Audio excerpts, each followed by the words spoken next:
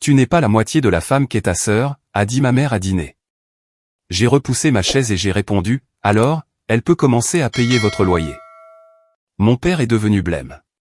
Un loyer? Quel loyer? Les mots flottaient dans l'air, comme la fumée après un incendie. La fourchette de ma mère a heurté son assiette avec un cliquetis, traversant la table. Le visage de mon père a perdu ses couleurs si rapidement que j'ai cru qu'il allait s'évanouir, là, sur sa chaise. Je me suis levé lentement, ma serviette tombant au sol. Le silence s'est étiré entre nous, épais et suffocant. Ma sœur, Denise, était assise, figée, la bouche légèrement ouverte, tandis que son mari, Kevin, semblait vouloir se fondre dans le papier peint. « Quel loyer, ma chérie ?» a répété mon père, sa voix à peine plus qu'un murmure. Les yeux de ma mère ont valsé entre nous, la panique remplaçant l'air suffisant qu'elle affichait quelques secondes auparavant. « Thomas, discutons en plus tard. » Non. La voix de mon père était d'acier. « De quel loyer parle-t-elle, Patricia ? » Je payais le prêt immobilier de mes parents depuis 3 ans. Chaque mois, sans exception, 2000 € quittaient mon compte pour aller directement sur le leur. Elle avait dit à tout le monde qu'ils avaient remboursé la maison il y a des années. Elle l'avait dit à leurs amis, à leurs voisins, à ma sœur, à tout le monde, sauf à mon père. Apparemment, ces 3 années m'avaient coûté bien plus que de l'argent. J'ai refusé des opportunités d'emploi dans d'autres villes, car je ne pouvais pas risquer de perturber le calendrier de paiement. J'ai regardé mes amis acheter des maisons, pendant que je louais un appartement exigu. J'ai annulé des projets, manqué des événements, travaillé des gardes doubles et les week-ends, tout ça pour m'assurer que cet argent soit toujours disponible. Ma collègue, Jessica, l'avait remarqué. « Tu as l'air épuisé », m'avait-elle dit un matin, en me trouvant endormi à mon bureau après une nuit blanche pour finir un projet. « C'est quand la dernière fois que tu as pris un jour de congé, Amanda ? » Je ne m'en souvenais pas. Les heures supplémentaires ne servaient plus seulement à joindre les deux bouts. C'était devenu une question de survie, une façon de m'assurer d'avoir une marge de manœuvre en cas d'urgence. Parce que si je manquais un seul paiement, maman disait que la banque saisirait la maison immédiatement. Elle avait pleuré au téléphone, la voix brisée. « Ton père ne doit jamais le savoir. Ça le détruirait. S'il te plaît, ma chérie, juste le temps qu'on se remette sur pied. » Se remettre sur pied. Cette phrase était devenue un mantra, une promesse qui ne s'est jamais concrétisée. Tous les quelques mois, je demandais gentiment quand les choses pourraient s'améliorer. Maman avait toujours une réponse toute prête. Les investissements de papa avaient besoin de plus de temps. Le marché était imprévisible. Juste quelques mois de plus. Juste jusqu'au printemps. Juste après les fêtes. Je l'avais cru parce que je voulais y croire, parce que l'alternative était d'affronter la possibilité que ma propre mère se servait de moi. Les signes étaient là, si j'avais voulu les voir. La nouvelle voiture de maman, achetée en solde. La rénovation de la cuisine pour laquelle, selon elle, ils avaient économisé pendant des années. Ces sacs à main de créateurs.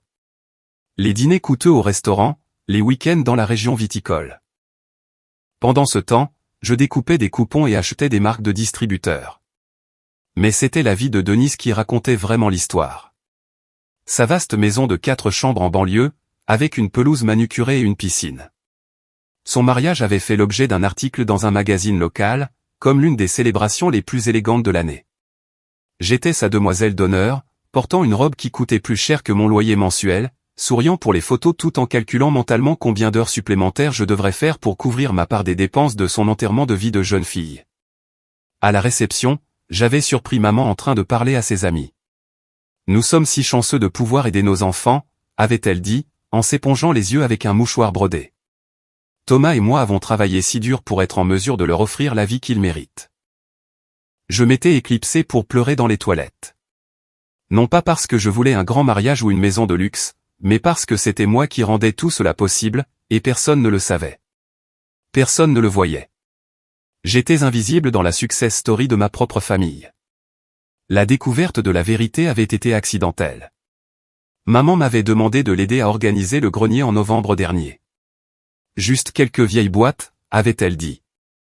Je ne peux plus monter ces escaliers comme avant. J'avais trouvé les documents du prêt immobilier dans une boîte d'archives étiquetée Documents fiscaux 2018. Au début, j'ai pensé que c'était les papiers originaux du prêt. Puis j'ai vu la date, les signatures, le montant de l'emprunt. Mes mains avaient tremblé en lisant les documents. Un refinancement de 200 000 €, il y a 6 ans. La signature de papa semblait étrange. Les boucles étaient trop parfaites, trop appliquées. J'avais vu l'écriture de mon père toute ma vie. Ce n'était pas tout à fait ça. J'ai sorti mon téléphone et j'ai photographié chaque page. Puis j'ai tout remis soigneusement dans la boîte, je suis descendu du grenier et j'ai dit à maman que j'avais mal à la tête. J'avais conduit jusqu'à chez moi dans un état second, je m'étais garé dans le garage de mon immeuble, et j'étais resté assise là pendant 1 heure, essayant de digérer ce que j'avais trouvé. Cette nuit-là, j'avais épluché mes relevés bancaires. 3 ans de paiement, 72 000 €. De l'argent que j'avais gagné, pour lequel je m'étais sacrifié, qui m'avait stressé, tout cela basé sur un mensonge. J'avais voulu la confronter immédiatement, appeler papa et tout exposer. Mais quelque chose m'avait retenu. Peut-être la peur. Peut-être l'habitude ancrée de protéger ses sentiments, d'être la bonne fille qui ne fait pas de vagues. Alors j'ai attendu. J'ai observé. J'ai prêté attention à des choses que j'avais négligées auparavant. J'ai remarqué comment maman récupérait toujours le courrier avant que papa ne rentre. Comment elle gérait toutes les finances du ménage, insistant sur le fait que papa n'avait pas besoin de s'inquiéter de détails fastidieux. Comment elle esquivait la conversation chaque fois qu'il mentionnait le prêt remboursé, changeant de sujet si habilement que j'avais failli ne pas le remarquer. Elle était douée. Entraînée. Ce n'était pas un égarement passager. C'était une supercherie soigneusement entretenue. Les semaines se sont écoulées. J'allais au dîner du dimanche, je souriais, je parlais de tout et de rien, tout en sachant la vérité, tout en regardant ma mère jouer son rôle d'épouse dévouée et de fière parente. Le dîner avait commencé assez normalement. Nous nous étions réunis chez mes parents, comme nous le faisions 2 fois par mois. Denise venait d'annoncer qu'elle était enceinte de son 3e enfant. Tout le monde la félicitait, la serrait dans ses bras, a fait des histoires. J'étais sincèrement heureuse pour elle. J'ai souri. J'ai applaudi. Je pensais chaque mot. Puis maman a dû ouvrir la bouche. Tu sais, ma chérie, si tu t'étais installée comme ta sœur, au lieu de te concentrer autant sur le travail, peut-être que tu aurais ce genre de joie, toi aussi. Tu n'es pas la moitié de la femme qu'est ta sœur. Le commentaire était désinvolte, anodin, juste une autre pique dans une vie de comparaison. Denise était toujours plus jolie, toujours plus gracieuse, faisait toujours de meilleurs choix. J'étais la femme de carrière, la célibataire de 34 ans, la fille qui, apparemment, décevait simplement par son existence. D'habitude, je laissais passer, je souriais d'un air pincé, je changeais de sujet, je rentrais chez moi et je me versais un verre de vin. Mais ce soir-là, quelque chose en moi a cédé. Peut-être l'air suffisant dans son ton. Peut-être le fait de voir papa hocher la tête distraitement. Peut-être 3 ans de ressentiments silencieux qui ont finalement débordé. Alors, elle peut commencer à payer votre loyer. Les mots sont sortis, calmes, presque conversationnels. Je n'ai pas élevé la voix. Je n'en avais pas besoin. Maintenant, avec papa qui fixait maman comme s'il ne l'avait jamais vue, je me sentais étrangement détaché, comme si j'assistais à la scène de très loin. Patricia. La voix de papa avait une dureté que je lui avais rarement entendue. Réponds-moi. Les mains de maman tremblaient. Ce n'est pas un loyer, exactement. C'est plus une aide pour les dépenses. Quelles dépenses, a demandé papa en se penchant en avant. Je paie toutes nos factures. Je vois les relevés bancaires. Le prêt n'était pas tout à fait remboursé, a dit maman doucement. Pas complètement. C'est un mensonge, ai-je dit, en gardant une voix égale. Vous avez refinancé il y a 6 ans, contracté un 2e prêt de 200 000 €. Tu as dit à papa que vous aviez obtenu un super taux d'intérêt, alors qu'en réalité, tu as retiré des fonds propres. La couleur est revenue sur le visage de papa, mais maintenant, c'était du rouge. Un rouge de colère. Est-ce que c'est vrai? Denise a finalement retrouvé sa voix. Je ne comprends pas. Pourquoi maman ferait-elle ça? J'ai regardé ma sœur, la douce Denise, qui n'avait jamais eu à travailler un seul jour de sa vie. Dis-leur, maman. Dis-leur où est passé l'argent. Comme maman ne répondait pas, j'ai continué. 50 000 € sont allés au mariage de Denise. Vous vous souvenez de cette célébration à Hawaï? Celle avec 200 invités, qui ne venaient pas de la prime de papa. 60 000 € supplémentaires ont servi d'acompte pour la maison de Denise et Kevin.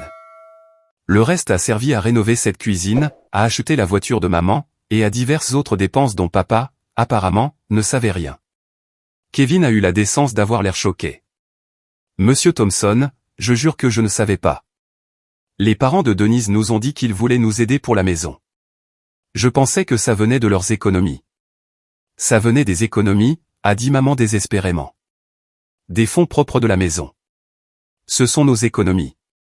C'est de la fraude, ai-je dit sèchement. Tu as imité sa signature sur ces documents. Je le sais parce que j'ai trouvé les papiers en t'aidant à nettoyer le grenier l'année dernière. Tu te souviens, tu m'as demandé d'organiser ces boîtes. J'ai tout vu. Papa s'est levé, sa chaise raclant durement le sol. Tu as imité ma signature.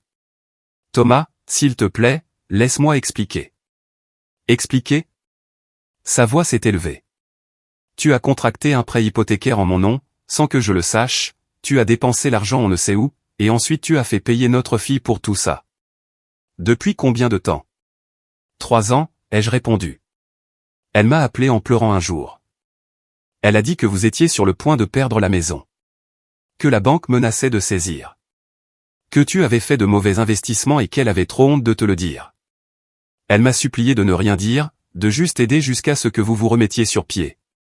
J'ai sorti mon téléphone, j'ai ouvert mon application bancaire et j'ai montré à papa l'historique des virements. 3 ans de paiement, 36 mois, 72 000 €. Denise a halté. C'est tellement d'argent. Oui, ai-je dit. Ça l'est. Papa a pris mon téléphone avec des mains tremblantes, faisant défiler les transactions, chacune intitulée « Soutien familial ». Il les avait vues sur mes relevés de carte de crédit lorsqu'il m'avait aidé à les examiner pour les impôts de l'année précédente, mais je les avais balayés d'un revers de main, les qualifiant de dons de charité. Il avait été fier de ma générosité. Pourquoi, a craqué la voix de papa. Pourquoi ferais-tu ça, Patricia? Maman pleurait maintenant. Parce que Denise avait besoin d'aide. Parce qu'elle fonde une famille et qu'ils avaient besoin d'une belle maison. Parce qu'elle méritait un mariage magnifique. Parce que je voulais lui donner la vie qu'elle méritait. Et ton autre fille, a demandé papa en me désignant. Et sa vie à elle? Elle a sa carrière. Elle gagne bien sa vie. Elle n'a pas besoin. Elle ne devrait pas avoir à payer pour la vie de sa sœur, l'a interrompu papa, la voix s'élevant. Elle ne devrait pas avoir à financer tes mensonges. Je n'avais jamais entendu mon père crier. Jamais. En 34 ans, il avait toujours été calme, mesuré, rationnel. Le voir ainsi était déconcertant. Je suis désolé, a sangloté maman. Je suis tellement désolé. Je voulais juste que Denise soit heureuse. Je voulais l'aider. En me volant, ai-je dit doucement. En manipulant ton autre fille, en mentant pendant des années. Papa a posé mon téléphone avec précaution, comme s'il pouvait se briser. Sors. Quoi? Sors, a répété papa. Sa voix était redevenue calme, mais d'une manière encore plus terrifiante. Sors de cette maison. La maison que notre fille paie, pendant que tu la rabaissais, la critiquais, et la faisais se sentir sans valeur. Thomas, tu ne peux pas être sérieux. Je n'ai jamais été plus sérieux de ma vie. Fais un sac. Pars maintenant. Maman m'a regardé, puis a regardé Denise, désespérée. Les filles, s'il vous plaît, parlez à votre père. Denise semblait partagée. J'ai simplement secoué la tête. Tu as fait ton choix, maman. Tu as choisi qui valait le plus. Tu ne peux pas revenir en arrière maintenant. L'heure qui a suivi a été un chaos. Maman pleurant, faisant ses valises. Papa, le visage de Pierre est silencieux. Denise essayant de jouer les médiatrices, puis s'effondrant elle-même en réalisant l'étendue de la situation. Kevin était juste assis là, l'air malade. À un moment, Denise m'a attrapé le bras, m'entraînant dans le couloir. Savais-tu, pendant tout ce temps, que l'argent allait à nous? Pas avant récemment. Maman m'a dit que c'était pour sauver la maison de la saisie. Elle a dit que papa avait fait de mauvais investissements et qu'il était trop fier pour l'admettre. Le visage de ma sœur s'est décomposé. Je me sens mal. Nous avons pris cet argent. Nous l'avons utilisé pour notre vie pendant que tu... Mon Dieu, a-t-elle murmuré, je ne sais même pas ce que tu faisais. Nous n'avons jamais demandé. Non, ai-je acquiescé doucement. Vous ne l'avez jamais fait. Le mariage, la maison, tout ça. Je pensais que maman et papa étaient juste généreux. Je pensais qu'ils voulaient t'aider. Elle a pressé ses paumes contre ses yeux. Je savais que tu n'allais pas aussi bien financièrement. Je savais que tu vivais dans ce petit appartement et que tu travaillais tout le temps, mais je pensais juste. Je pensais que tu étais mauvaise avec l'argent ou quelque chose comme ça. Je n'ai jamais imaginé que je finançais tes rêves. Les mots sont sortis plus brusquement que je ne le voulais. Denise a tressailli. Je suis désolée, a-t-elle dit. Je sais que ça ne répare rien, mais je suis tellement désolée. Kevin est apparu dans le couloir, le visage pâle. J'ai trouvé les papiers pour l'acompte de la maison. Ta mère nous a fait un chèque. Je pensais que ça venait de leur compte épargne. Je n'avais aucune idée que c'était volé. J'ai fourni, parce que c'est ce que c'était. Elle a contracté un prêt frauduleux, a imité la signature de papa, puis m'a manipulé pour le rembourser en prétendant que c'était pour autre chose. Nous le rendrons, a dit Kevin immédiatement. Nous vendrons la maison s'il le faut. J'ai secoué la tête. Vous avez 2 enfants et un 3e en route. Je ne vais pas vous mettre à la rue. Mais vous devez comprendre quelque chose. Cet arrangement est terminé. Quel que soit le filet de sécurité que vous pensiez avoir, il a disparu. Vous êtes seul maintenant. De retour dans la salle à manger, papa était au téléphone avec quelqu'un. Un avocat, à en juger par le son. Maman était assise sur le canapé, le maquillage coulant sur son visage, l'air plus petite que je ne l'avais jamais vue. Quand papa a raccroché, il l'a regardé avec une expression que je ne pouvais pas tout à fait déchiffrer. Plus de la colère. Quelque chose de plus froid. De la déception, peut-être, ou du chagrin. Mon avocat dit que nous devons discuter de cela officiellement lundi matin, a dit papa. Il prépare les papiers de séparation. Thomas, s'il te plaît, ne fais pas ça. Nous pouvons arranger ça. Arranger une fraude? Arranger des années de mensonges? Arranger la manipulation de notre fille? Sa voix était étrangement calme. Non, Patricia. Certaines choses ne peuvent pas être arrangées. Maman s'est tournée vers moi, désespérée. Dis-lui. Dis-lui que j'essayais d'aider la famille. Dis-lui que j'avais de bonnes intentions.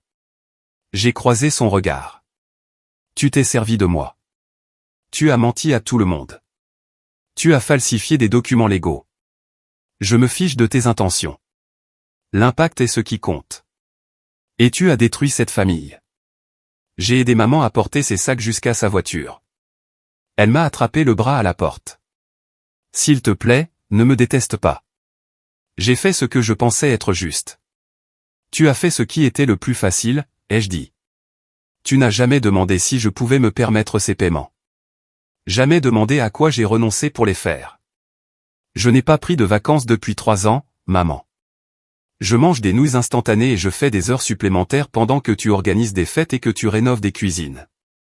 Tu ne m'as jamais demandé une seule fois si j'allais bien. Tu avais toujours l'air d'aller bien. Tu es si forte. Je ne suis pas forte, ai-je dit. Je suis juste bien dressée. Tu m'as dressée à accepter les miettes et à être reconnaissante. J'ai retiré mon bras. Au revoir, maman. Elle est partie. La maison semblait immense sans elle. Papa était assis à la table de la salle à manger, la tête dans les mains. Denise planait à proximité, incertaine. Papa, dis-je doucement. Je veux que tu comprennes quelque chose. Je ne suis pas en colère que tu ne savais pas. Je suis en colère qu'elle m'ait fait te mentir. Chaque fois que tu me demandais si j'avais besoin d'argent, chaque fois que tu proposais de m'aider avec mes dépenses, je devais prétendre que tout allait bien. C'était la partie la plus difficile. Il a levé les yeux vers moi, les yeux rouges. J'aurais dû remarquer. J'aurais dû voir que quelque chose n'allait pas. Elle était prudente, ai-je dit. Elle interceptait le courrier, gérait toutes les finances de la maison, te gardait concentré sur d'autres choses. Ce n'était pas de ta faute. Denise a finalement parlé. Je ne savais rien de tout ça. Je le jure. Maman a dit que papa voulait t'aider pour le mariage et la maison. Elle a dit que c'était son idée. Je te crois, ai-je dit, et c'était vrai. Denise était peut-être gâtée, mais elle n'était pas cruelle. Elle avait été manipulée, elle aussi. Kevin s'est éclairci la gorge. Nous te rembourserons chaque centime. Ça prendra du temps, mais nous le ferons. J'ai secoué la tête. Gardez-le. Considérez-le comme un cadeau, mais comprenez quelque chose. Vous devez tous les deux vous débrouiller seuls maintenant. Plus d'aide. Plus de sauvetage. Mettez de l'ordre dans vos finances, faites un budget, vivez selon vos moyens. Au cours des semaines suivantes, les choses se sont lentement installées dans une nouvelle normalité. Papa a demandé la séparation de corps. Il a trouvé les documents hypothécaires, a confirmé la signature falsifiée, et a consulté des avocats. Maman avait commis une fraude, techniquement, mais papa n'a pas voulu porter plainte. Il voulait juste divorcer. La procédure judiciaire a été compliquée. L'avocate de papa, une femme vive nommée Caroline Rodriguez, a exposé les options. Nous avons des motifs de poursuite pénale, faux, fraude, peut-être vol d'identité, mais les poursuites seraient compliquées et longues. Je ne veux pas qu'elle aille en prison, a dit papa, las. Je veux juste qu'elle sorte de ma vie. Caroline a hoché la tête. Alors, nous nous concentrons sur le divorce. Avec les preuves que vous avez, nous pouvons nous assurer qu'elle n'obtienne rien des biens matrimoniaux. La maison a été achetée avant le refinancement frauduleux, elle est donc clairement à vous. Nous plaiderons que ces actions constituent un abus financier et une fraude, ce qui devrait annuler toute réclamation qu'elle pourrait avoir. L'expertise de la maison est revenue plus élevée que prévu. Le quartier avait pris beaucoup de valeur. Même avec le prêt en cours, papa réaliserait un profit substantiel. Maman a engagé son propre avocat, un homme nommé Gérald Prentice, qui a tenté de la dépeindre comme une épouse dévouée ayant pris des décisions financières regrettables pour aider sa famille. Il a envoyé une lettre proposant un règlement. Maman obtiendrait la moitié du produit de la vente de la maison et la moitié du compte de retraite de papa. La réponse de Caroline a été rapide et brutale. Elle a joint des copies des documents falsifiés, mes relevés bancaires, et une chronologie détaillée de la supercherie de maman. Elle a également inclus une menace, accepter un divorce à l'amiable sans bien pour Patricia, ou faites face à des poursuites pénales. L'avocat de maman a cessé d'insister après cela. Pendant ce temps, je gérais mes propres séquelles. Le poids de 3 ans de stress financier ne s'est pas simplement envolé du jour au lendemain. Je me surprenais à me réveiller au milieu de la nuit, paniquant à propos d'argent que je n'avais plus besoin de payer. Mon corps n'avait pas rattrapé la nouvelle réalité. Mon amie Jessica m'a emmené déjeuner un jour, environ un mois après que tout a explosé. « Tu sembles différente », a-t-elle dit en étudiant mon visage. Plus légère, en quelque sorte. Je lui ai tout raconté. Toute l'histoire a jailli, entre des salades César au poulet et du thé glacé. Elle a écouté sans m'interrompre, son expression passant du choc à la colère, puis à quelque chose comme de l'admiration. Tu as payé 72 000 € sans le dire à personne. Je pensais que je sauvais la maison de mes parents. Je pensais que je faisais ce qu'il fallait. Tu étais manipulé, a corrigé Jessica. Il y a une différence. Mais je dois dire que la façon dont tu l'as dénoncé au dîner, c'était incroyable. Je ne pense pas que j'aurais pu faire ça. Je ne l'ai pas planifié, ai-je dit. C'est juste arrivé. Elle a poussé trop loin, et j'ai finalement riposté. Jessica a levé son verre. À la riposte, et à toi qui reprends ta vie en main. Nous avons trinqué, et j'ai senti quelque chose changer en moi. Peut-être la permission d'être en colère, la permission de reconnaître que ce qui s'était passé n'était pas de ma faute. J'ai commencé à voir un thérapeute. Le docteur Rachel Kim était spécialisé dans les traumatismes familiaux et l'abus financier. Lors de notre première séance, elle m'a demandé de décrire ma relation avec ma mère. Je m'attendais à parler du prêt, de l'argent, de la trahison. Au lieu de cela, je me suis retrouvé à remonter plus loin, des moments d'enfance que j'avais enfouis, le fait d'être constamment comparé à Denise, d'entendre dire que j'étais trop sérieuse, trop concentrée sur l'école, de voir mes réussites minimisées tandis que celles de Denise étaient célébrées. Le comportement de votre mère avec l'argent n'était pas un incident isolé, a dit doucement le docteur Kim. C'était un schéma. Vous avez été conditionné toute votre vie à mettre vos besoins en dernier, à vous sacrifier pour la famille, à accepter moins que ce que vous méritez. Les mots m'ont frappé comme un coup. Elle avait raison. Les paiements du prêt n'étaient que l'exemple le plus extrême de quelque chose qui avait toujours été là. Au cours de nos séances, j'ai commencé à relier des points que je n'avais jamais voulu voir. La fois, au lycée, où j'avais gagné un prestigieux concours de sciences, et où maman l'avait à peine reconnue parce que Denise avait été élue reine du bal la même semaine. La remise des diplômes universitaires où maman a passé tout le dîner à parler des fiançailles imminentes de Denise. Les innombrables fois où mes accomplissements ont été accueillis par un « c'est bien, ma chérie », tandis que les moindres réussites de Denise recevaient des ovations. Il ne s'agissait pas de l'argent, ai-je dit au docteur Kim un après-midi. L'argent n'était que la preuve tangible de quelque chose que j'avais toujours ressenti mais que je ne pouvais pas nommer, à savoir que je ne comptais pas autant. Que ma valeur résidait dans ce que je pouvais fournir, pas dans qui j'étais. Le docteur Kim a hoché la tête. Et maintenant ? Maintenant, j'apprends que c'est à moi de décider de ma propre valeur, pas à elle. Papa suivait son propre chemin, lui aussi. Maman a emménagé avec sa sœur, Rachel, de l'autre côté de la ville. Elle m'a appelé une fois, essayant de s'excuser à nouveau. J'ai écouté, puis je lui ai dit que j'avais besoin d'espace. Elle n'a pas discuté. Denise et moi nous sommes vus pour un café quelques semaines après le dîner. Elle s'est excusée abondamment, a pleuré, et a promis qu'elle n'avait jamais su. Je l'ai cru. Nous travaillions à reconstruire notre relation, mais c'était lent. Il y avait des années de ressentiment à surmonter de mon côté. Des années à être l'enfant chéri à réconcilier du sien. Papa a commencé une thérapie. Il a dit qu'il avait besoin de digérer la trahison, les mensonges, la prise de conscience que son mariage avait été construit sur la tromperie. Je l'accompagnais parfois à des séances familiales. Nous parlions de schémas, de favoritisme, de la façon dont maman nous avait dressés l'une contre l'autre. Lors d'une séance, papa s'est excusé auprès de moi. J'étais aveugle, a-t-il dit. Je l'ai laissé te faire sentir moins importante. J'aurais dû te protéger. Tu ne savais pas, ai-je dit. Et honnêtement, tu n'étais pas le problème. Tu as toujours été gentil avec moi. Tu n'as jamais fait de comparaison. Mais je ne les ai pas arrêtés non plus. C'est vrai. Le travail est devenu mon refuge. Je me suis jeté dans des projets, j'ai relevé de nouveaux défis. Ma patronne, Catherine, l'a remarqué et m'a promu. Soudain, j'avais plus d'argent que je ne savais quoi en faire, pas de prêts à payer, pas de famille à soutenir. J'ai pris les vacances que j'avais reportées, environ 3 mois après la confrontation. 2 semaines en Grèce. Je me suis assise sur une plage à Santorin et j'ai pleuré, non pas de tristesse, mais de soulagement. Le poids que j'avais porté avait disparu. Le voyage était tout ce dont j'avais besoin. Je suis resté dans un petit hôtel surplombant la caldeira. Je me suis réveillé avec des levers de soleil qui peignaient le ciel de nuances de rose et d'or.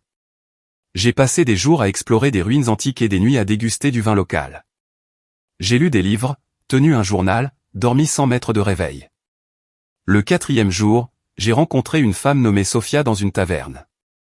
Elle était gréco-américaine, en visite dans sa famille, et nous avons entamé une conversation pendant le dîner. Quand elle m'a demandé ce qui m'amenait en Grèce, je me suis retrouvé à lui raconter une version édulcorée de mon histoire. Ta mère ressemble à la mienne, a dit Sophia en remplissant mon verre de vin. Toujours à favoriser mes frères. Je ne pouvais jamais en faire assez, être assez. J'ai déménagé aux États-Unis en partie pour m'éloigner de ça. Est-ce que ça a aidé, la distance? Oui et non. Physiquement, j'étais libre, mais mentalement, j'ai porté sa voix avec moi pendant des années. Encore parfois. Elle s'est adossée, contemplant le coucher du soleil. Mais j'ai appris quelque chose d'important. Son incapacité à voir ma valeur ne dit rien de ma valeur réelle. C'est sa perte, pas la mienne. Ces mots m'ont accompagné pendant le reste du voyage. Sa perte, pas la mienne. J'ai prolongé mes vacances de 3 jours, quelque chose que je ne me serais jamais permis auparavant. J'ai envoyé un email à mon patron pour lui expliquer que j'avais besoin de ce temps. Il a répondu en moins d'1 heure. Prends tout le temps dont tu as besoin. Tu l'as bien mérité. Quand je suis finalement rentré, je me sentais comme une personne différente. Bronzé, reposé, l'esprit clair. J'avais passé 2 semaines sans penser à ma mère, à ma famille, à l'argent, juste à exister pour moi-même. L'appartement que j'ai retrouvé semblait différent, lui aussi. Il était toujours petit, toujours exigu, mais il ne ressemblait plus à une punition. Il semblait temporaire, une étape vers quelque chose de mieux que j'étais enfin libre de poursuivre. À mon retour, papa avait finalisé la procédure de divorce. La maison était légalement à lui. Le prêt, la dette, tout. Il l'a mise sur le marché immédiatement. Trop de souvenirs, a-t-il expliqué. J'ai besoin d'un nouveau départ. Il l'a vendu à un bon prix et a déménagé dans un appartement en centre-ville, a remboursé le prêt avec le produit de la vente, et a mis le reste en banque. Il semblait plus léger, plus jeune. Maman a essayé de se réconcilier. Elle a envoyé des emails, des lettres, a laissé des messages vocaux. Je les ai lus, les ai écoutés, mais je n'ai pas répondu. Je n'étais pas prête. Peut-être que je ne le serai jamais. Denise était déjà enceinte de 7 mois quand le dîner a eu lieu. Elle avait attendu d'être en sécurité dans le 3e trimestre pour l'annoncer, après une fausse couche précédente. 2 mois plus tard, elle a eu son bébé, une petite fille nommée Emma. Je lui ai rendu visite à l'hôpital, j'ai apporté des cadeaux, j'ai tenu ma nièce. Elle était magnifique. Kevin m'a montré leur nouveau budget, leur plan pour rembourser leurs dettes et économiser. Ils essayaient. J'ai apprécié cela.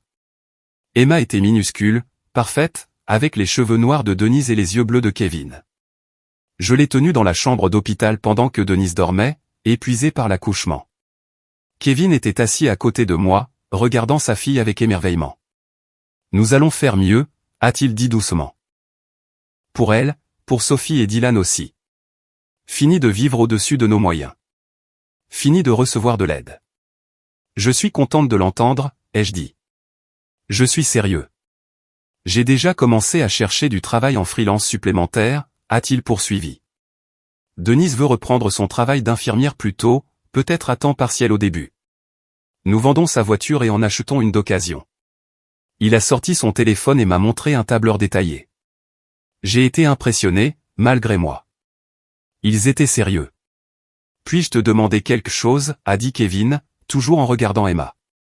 Comment as-tu fait?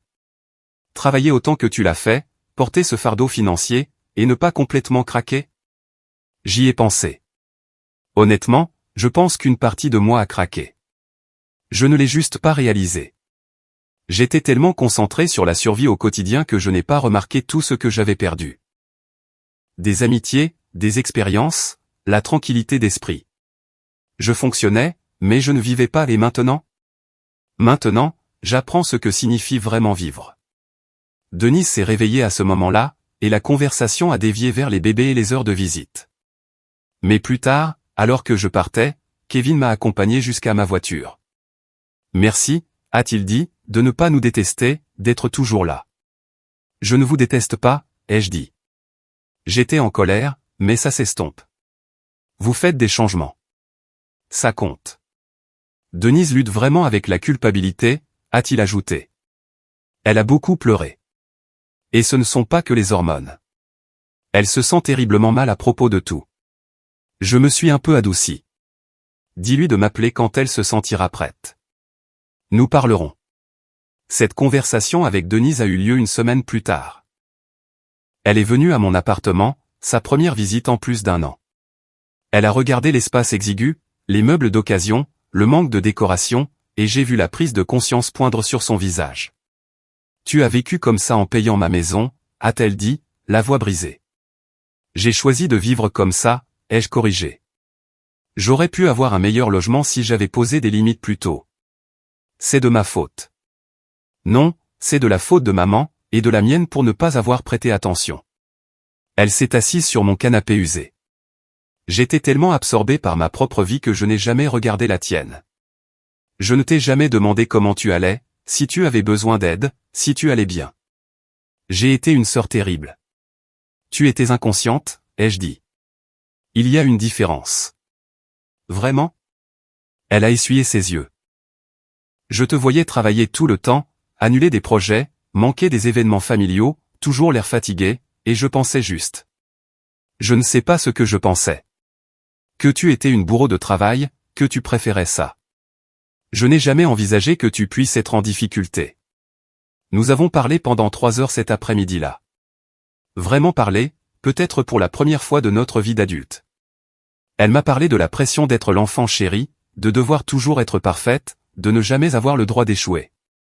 Je lui ai parlé de la solitude d'être invisible, de la voir tout obtenir pendant que je n'obtenais rien. Maman nous a monté l'une contre l'autre, a dit Denise. Elle t'a fait sentir sans valeur et m'a fait sentir que je devais maintenir cette norme impossible.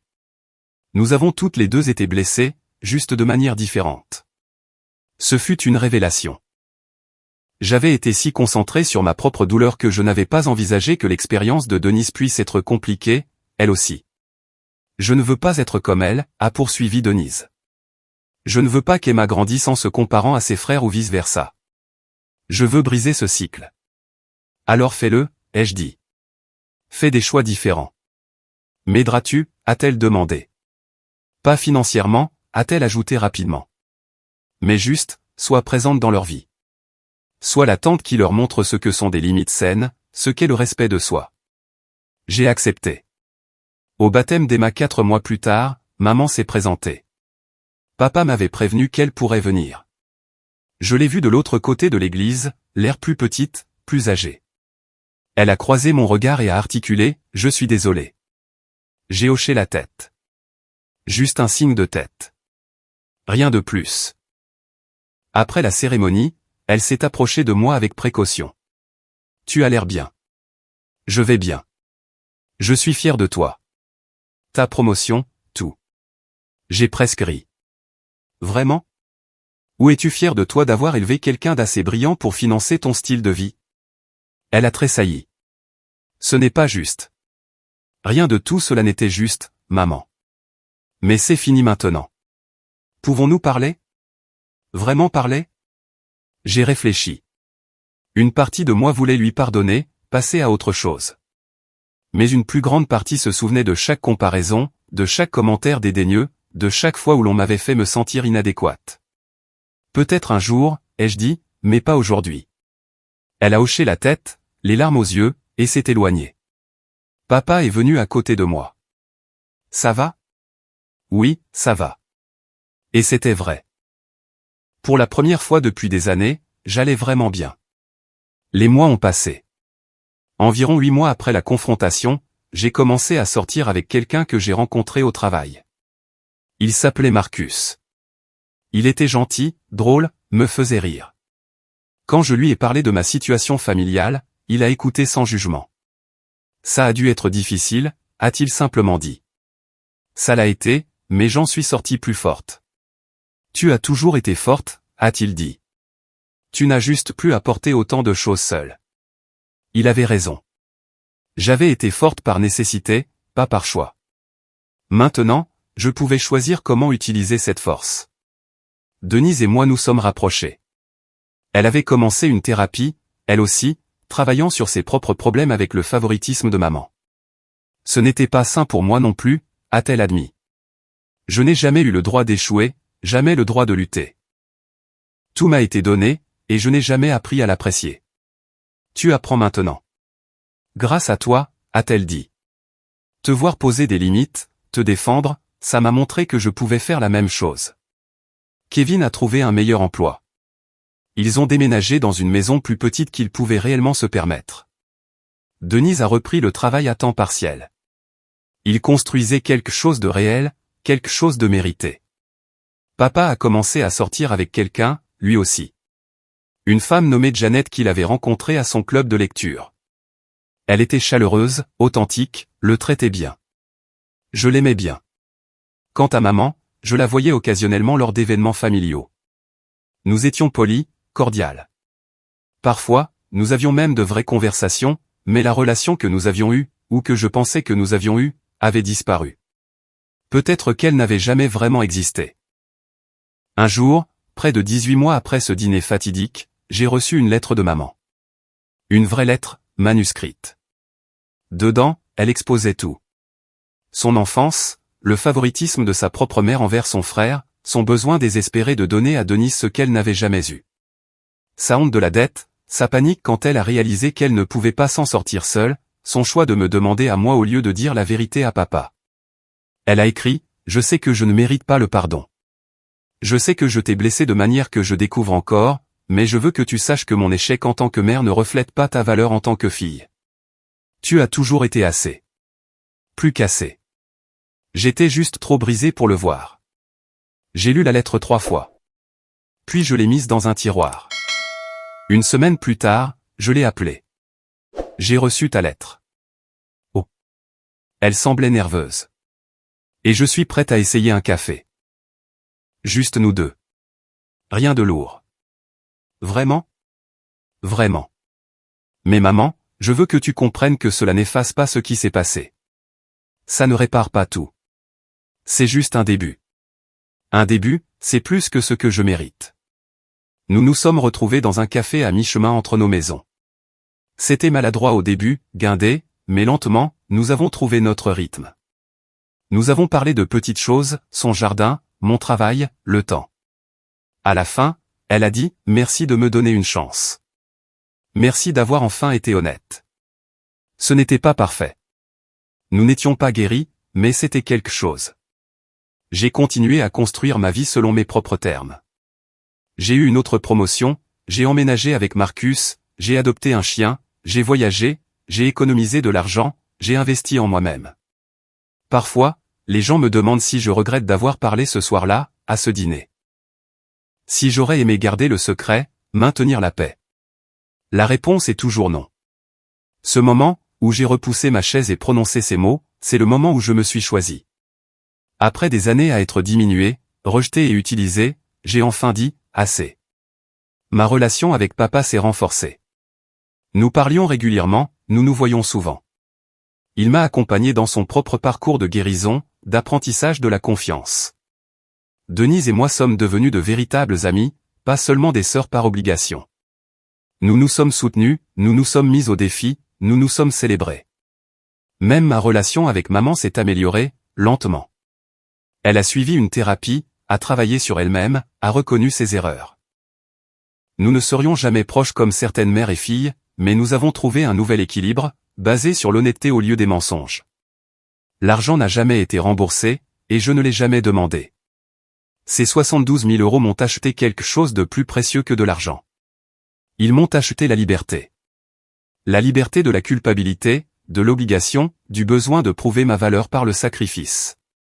J'ai appris que l'amour ne devrait pas exiger que l'on se diminue. Que la famille ne devrait pas coûter le respect de soi. Que parfois, la chose la plus bienveillante que l'on puisse faire est de poser une limite, et de la maintenir. Le jour du 2e anniversaire de ce dîner, papa m'a appelé. Je pensais à cette nuit où tu nous as parlé du prêt. Oui.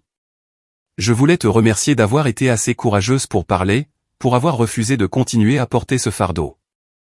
Tu nous as tous sauvés, d'une certaine manière. Je me suis sauvé moi-même, ai-je dit. Vous en avez juste tous profité. Il a ri. C'est juste. Mais quand même, merci. Après avoir raccroché, je suis resté près de ma fenêtre, regardant les lumières de la ville. Marcus était dans la cuisine en train de préparer le dîner. Notre chien dormait sur le canapé. Ma vie était calme, paisible, la mienne. J'ai pensé à la fille que j'étais il y a 3 ans. Épuisée, pleine de ressentiment, incapable de dire non. Elle semblait si loin maintenant. J'ai pensé aux mots de ma mère, tu n'es pas la moitié de la femme qu'est ta sœur. Elle avait raison, d'une certaine manière. Je n'étais pas la moitié de la femme qu'était Denise. J'étais entière, complète, entièrement moi-même. Et je n'avais jamais eu besoin de l'approbation de maman pour l'être.